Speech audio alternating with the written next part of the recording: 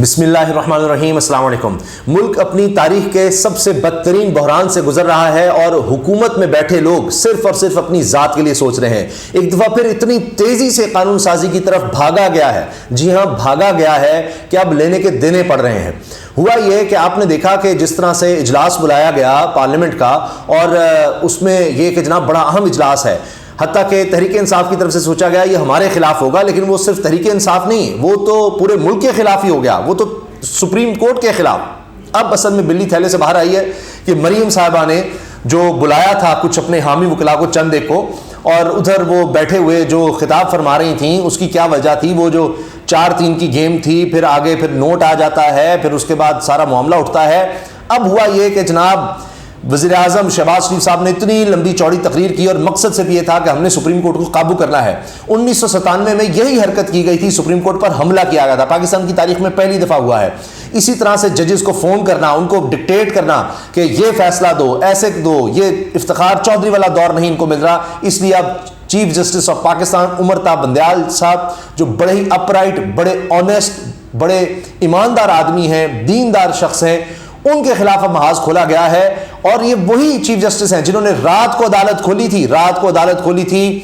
Qasim sorry صاحب کی rolling کے خلاف، اور پھر یہ ان کی حکومت بنی تھی۔ اب انہی ججز کے خلاف محاذ کھولا ہوا ہے جو اس بینچ میں بھی شامل تھے۔ آج اب بینچ کھیل رہے ہیں۔ اب انہوں نے کیا، انہوں نے بڑی تیزی سے ایک قانون لے کر آئے، پارلیمنٹ کا کہا جی ہم قانون لا رہے ہیں۔ اسی وقت کیا ہوتا ہے، یعنی آپ دیکھیں تیزیاں دیکھیں آپ، کبھی انہوں نے ملک کے لیے، معیشت کی بہتری کے لیے، عام آدمی کی بہتری کے لیے، کسی حوالے سے بھی آپ دیکھیں، یا ملک میں الیکشن کرانے کے لیے، آئین کی عملداری کے لیے کبھی اتنی تیزی سے کام کیا ہے، سوال ہی پیدا نہیں ہوتا۔ اب آپ دیکھیں ساتھ ہی کابینہ کا اجلاس، ہنگامی اجلاس بلایا جاتا ہے، ہر چیز ہنگامی ہو رہی ہے، اور وہاں پر کہا جاتا ہے کہ جناب ہم ایک اب لے کر آ رہے ہیں، ایک ترمیم، ایک قانون لے کر آ رہے ہیں، اور وہ فوراً پہلے سے تیار ہوتا ہے، سب پہلے سے تیار تھا۔ یہ ساری گیم تھی جو مریم صاحبہ نے جب وکلاء کو بلا کر 4-3 والی گیم کی، اس کے بعد سے یہ سارا کچھ تیار تھا، اور مسودہ بھی سامنے آ گیا ہے کہ جی اب سو موٹو کا فیصلہ وہ 3 ججز کریں گے، چیف جسٹس نہیں کریں گے، سو موٹو از خود نوٹس،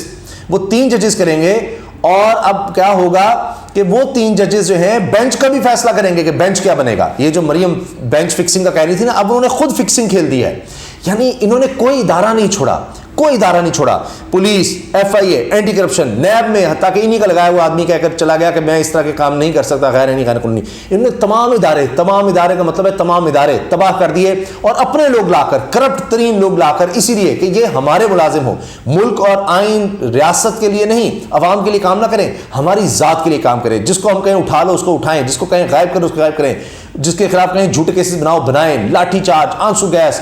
اسی طرح سے لوگ، ان کو کمپٹنس چاہیے، ان کو کرپشن چاہیے، تاکہ ان کی کرپشن ہوتی رہے۔ اب وہی کام یہ سپریم کورٹ میں کرنا چاہ رہے ہیں کہ ایک ادارہ باقی تھا، اس کے خلاف انہوں نے کام شروع کر دیا کہ جناب سو موٹو بھی، جو کہ آئین میں درج ہے، آئین میں ہے کہ سپریم کورٹ کے پاس اختیار ہے کہ وہ سو موٹو لے سکتے ہیں، لیکن اب چونکہ ان کے پاس 2/3 میجورٹی نہیں ہے، ورنہ یہ آج کل سو موٹو بھی لے سکتے۔ تو اب دیکھیں، ابھی ہمارے جو کلیگ ہیں سید مزمل شاہ نے اتنی زبردست بات کی کہ 1776 سے لے کر امریکہ میں آج تک چند ترامیم ہوئی ہیں، آج تک اتنے سالوں میں، اور ہمارے 75 سال میں اس سے کہیں زیادہ ترامیم ہو چکی ہیں آئین میں۔ وجہ کیا ہے کہ یہاں اپنی ذات کے لیے ترامیم کی جاتی ہے کہ اچھا اب یہ کر دو، اب یہ کر دو، اب یہ کر دو، اب یہ کر دو، لیکن یہ سارا کچھ الٹا پڑ گیا ہے۔ اس کی وجہ کیا ہے؟ سب سے بڑی وجہ یہ ہے کہ الیکشن تو ہوں گے، کیونکہ یہ جو انہوں نے کیا ہے کہ جناب سو موٹو کی طاقت اب لے لی ہے چیف جسٹس سے، اور ساتھ ہی کہ جناب بینچ بنانے کی طاقت لے لی ہے، لیکن الیکشنز کا فیصلہ تو ہو چکا ہے کہ 90 دن سے چند دن اوپر کا سپریم کورٹ فیصلہ سنا چکی، پھر پیچھے اطلاق نہیں ہو سکتا۔ اعتزاز احسن صاحب بھی آج ہمارے پروگرام میں تھے، انہوں نے بھی بتایا کہ سب سے بڑی بات یہ جو انہوں نے قانون سازی کی کوشش کر رہے ہیں، ابھی چند دن اس میں لگیں گے، کیونکہ ویسے تو بڑی تیزی سے کام کر رہے ہیں یہ، اور ظاہر ہے کہ آپ کو پتہ ہے مافیا میں یہ تو ہوتا ہے کہ ان کے پاس یہ طاقت تو ہوتی ہے مافیا کی طرح کام کرتے ہوئے کہ انہوں نے کوئی قانون، کوئی ڈبیٹ، کوئی بحث تو ہونی نہیں، کچھ بھی نہیں اس پر ہونا، کوئی قانونی تقاضے اس طرح پورے تو کرنے نہیں ہیں، انہوں نے قانون بنوا لینا ہے۔ مگر اعتزاز صاحب نے کہا کہ اس سے ایک چیز ثابت ہوتی ہے کہ چیف جسٹس جو کر رہے تھے بالکل ٹھیک کر رہے تھے، آج تک انہوں نے جو کیا ہے بالکل ٹھیک کیا ہے، انہوں نے اپنے اختیارات کا بالکل صحیح استعمال کیا ہے۔ اگر غلط ہوتے، کچھ ایسی بات ہوتی تو آج ان کو قانون بنانے کی کیوں ضرورت تھی؟ اس کا مطلب ہے قانونی طور پر وہ ٹھیک تھے، اس لیے ان کو نیا قانون بنانا پڑ رہا ہے کہ جناب چیف جسٹس اکیلا نہیں، 3 ججز ہوں گے، پھر وہ 3 ججز جو ہیں وہ بینچ کا بھی فیصلہ کریں گے۔ اس میں ایک اور دلچسپ پہلو یہ ہے کہ اب جو کورٹ رپورٹنگ کرتے ہیں سینئر لوگ، وہ یہ کہہ رہے ہیں کہ یہ تو ایسا لگ رہا ہے جیسے قاضی فائز عیسیٰ صاحب کو قابو کیا جا رہا ہے، کہ اگلے چیف جسٹس وہ ہیں۔ عمر تا بندیال صاحب نے تو سو موٹو لیے ہی نہیں اتنے، وہی میں آپ کو بتایا کہ عمران خان صاحب کی جب حکومت گئی ہے وہ رات کو عدالت کھلی تھی، وہ ایک سو موٹو تھا، اس کے بعد اب آ کر سو موٹو ہے، وہ بھی ججز نے لکھا کہ اس پر سو موٹو آنا چاہیے، اس لیے سو موٹو لیا گیا۔ اب افتخار چودھری کا دور دیکھیں، وہاں تو سو موٹو پہ سو موٹو تھا، اخبار میں خبر بعد میں چھپتی تھی، پہلے سو موٹو ہو جاتا تھا، اخبار میں خبر چھپتی تھی تو سو موٹو ہو جاتا تھا، وہ نون لیگ کا پسندیدہ دور تھا۔ پیپلز پارٹی اس پر جناب روتی ہے، چیخیں مارتی ہے کہ جی بڑا برا دور تھا افتخار چودھری کا۔ تو یہ اب پی ڈی ایم مل کر یہ کر رہی ہے، ان کو تمام ادارے اپنے ذاتی ملازم چاہیے۔ ایک سپریم کورٹ بچی تھی، اس پر بھی انہوں نے حملہ کر دیا، لیکن اب ہو کیا رہا ہے، کل وکلا کنونشن ہے اور اعتزاز احسن صاحب نے ہماری پروگرام میں یہ بات کہی ہے، اب پتہ چلا میں کہ وکلا میں بڑی بے چینی ہے، وہ بڑے کنسرن ہیں کہ یہ کیا ہو رہا ہے اس ملک میں۔ اب 2 ہی راستے ہیں، ایک جسٹس منیر کا نظریہ ضرورت کا کہ جناب سارے ادارے جو کہہ رہے ہیں کہ ہم الیکشن نہیں کروا سکتے وہ چلے گا، یا پھر جسٹس کارنیلیس کا کہ اکیلے کھڑے ہو جاؤ آئین و قانون کے لیے، 90 دن لکھا ہے تو 90 دن کا مطلب 90 دن۔ تو اب یہ کیا کریں گے، عوام کی منگوں کو کتنا دبائیں گے، ووٹ کب تک آ کے لے کر جائیں گے؟ اور اب وکلا یہ کہہ رہے ہیں کہ یہ انہوں نے جس طریقے سے کیا ہے، جوڈیشل ریفارم کا اس کو نام دیا گیا ہے، لیکن اصل میں یہ تو انہوں نے شب خود مارنے کی کوشش کی ہے سپریم کورٹ پر، یعنی ایک آئین میں چیز درج ہے، اس کا ایک آئینی طور پر ان کو کرنا چاہیے تھا، اس میں لیجسلیشن اگر کرنی تھی، قانون سازی کرنی، وہاں سے کرنی چاہیے تھی، یہ انہوں نے کام ہی غلط کیا ہے۔ پھر یہ الیکشن سے تو نہیں روک سکیں گے، اور پھر اعتزاز صاحب نے کہا کہ پرانے فیصلوں پر اس کا کوئی اثر نہیں ہوگا، جو بینچز بن چکے ہیں، جو چل رہے ہیں، جو فیصلے آئیں گے اس پہ۔ تو یہ بھی کہا جا رہا ہے کہ شاید چیف جسٹس کو چاہیے کہ اس پر بھی نوٹ لیں کہ یہ کیا کس طرح سے قانون سازی ہو رہی ہے، نوٹس لیں، اور سائفر کو بھی دیکھ لیں، پھر اس میں یہ سارے لوگ پکڑے جائیں گے، وہ معاملہ بھی آ جائے گا، کس نے کہاں ملاقاتیں کی، کون جا کر ملتا رہا۔ تو اب آج کے بعد اعتزاز صاحب نے کہا جی انہوں نے سپریم کورٹ کو ڈیوائیڈ کر دیا، پھر 2 قسم کے ججز میں۔ اعتزاز صاحب نے کہا کہ ایک جج وہ ہیں جو شریف خاندان کے حق میں فیصلے دیتے ہیں، وہ کہتے ہیں کہ جی نظریہ ضرورت کو استعمال کرو، کہ نظریہ ضرورت سب ادارے جب کہہ رہے ہیں، حالانکہ وہ آئین کے ماتحت ہیں، آئین کے خلاف نہیں جا سکتے، لیکن وہ جب کہہ رہے ہیں کہ الیکشن نہیں کروانے تو بس نظریہ ضرورت کو استعمال کرتے کہو جی ہاں جی آئین میں تو درج ہے 90 دن، لیکن نظریہ ضرورت یہ ہے کہ اس وقت حالات یہ ہیں، یہ ہے وہ ہے، بہانے کہ جی جناب سب ادارے نہیں مان رہے لہٰذا نہ کروائے جائیں۔ لیکن اس سے اچھا یہ بھی بات پوچھی گئی کہ چونکہ سپریم کورٹ میں یہ بھی ریمارکس ہے کہ کیا ایمرجنسی کوئی، الیکشن کمیشن نے کہا کہ ایمرجنسی ہو، اتنے حالات خراب ہو جائیں پھر الیکشن آگے جا سکتے ہیں۔ جب سوال پوچھا مزمل نے میرے کو اینکر نے، تو اعتزاز صاحب نے کہا کہ یہ ڈیسپریٹ ہو چکے ہیں، اس لیے حرکتیں کر رہے ہیں اس طرح کی، اور کہ جی سادہ کپڑوں میں لوگوں کو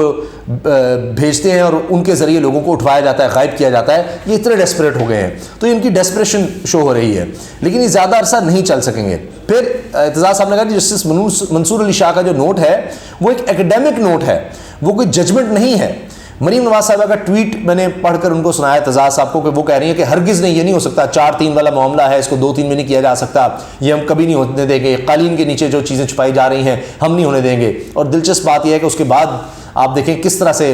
حکومت بھی حرکت میں آتی ہے، پوری پارلیمنٹ کو کس طرح صرف یہ حکومت اپنی ذات کے لیے استعمال کر رہی ہے، ذاتی استعمال کے لیے، کہ جناب الیکشن نہیں ہونے دینے، ہماری کرپشن، ہماری 2 نمبریاں جو ہے نا کوئی نہ پکڑ سکے، ہم تاکہ مینج کر سکیں۔ تو کہیں بھی یہ کبھی بھی کوئی انڈیپینڈنس آف جوڈیشری کا قائل نہیں ہے، یہ اس لیے کر رہے ہیں۔ اب ہوا یہ ہے کہ تمام وکلا برادری بھی ان کے خلاف اکٹھی ہو گئی ہے، صحافی برادری بھی ان کے خلاف بائی اینڈ لارج اکٹھی ہوتی نظر آ رہی ہے ان کی حرکتوں کی وجہ سے۔ اور اب یہ دیکھیں کہ ارشاد بھٹی صاحب سینئر صحافیوں لکھتے ہیں جی از خود نوٹس قانون سازی کی جہاں ٹائمنگ غلط، جہاں اس قانون سازی میں حکومتی بدنیتی شامل، وہاں یہ عدلیہ کو دباؤ میں لانے کی کوشش، عدلیہ کو مزید تقسیم کرنے کی کوشش اور ترازو کا پلڑا برابر کرنا نہیں بلکہ ترازو کو متنازع بنانے کی کوشش، آئینی بحران مزید بڑھے گا، نفرت اور تقسیم مزید بڑھے گی، اور یہی ہو رہا ہے، تقسیم بڑھاتے چلے جا رہے ہیں، اور یہ اب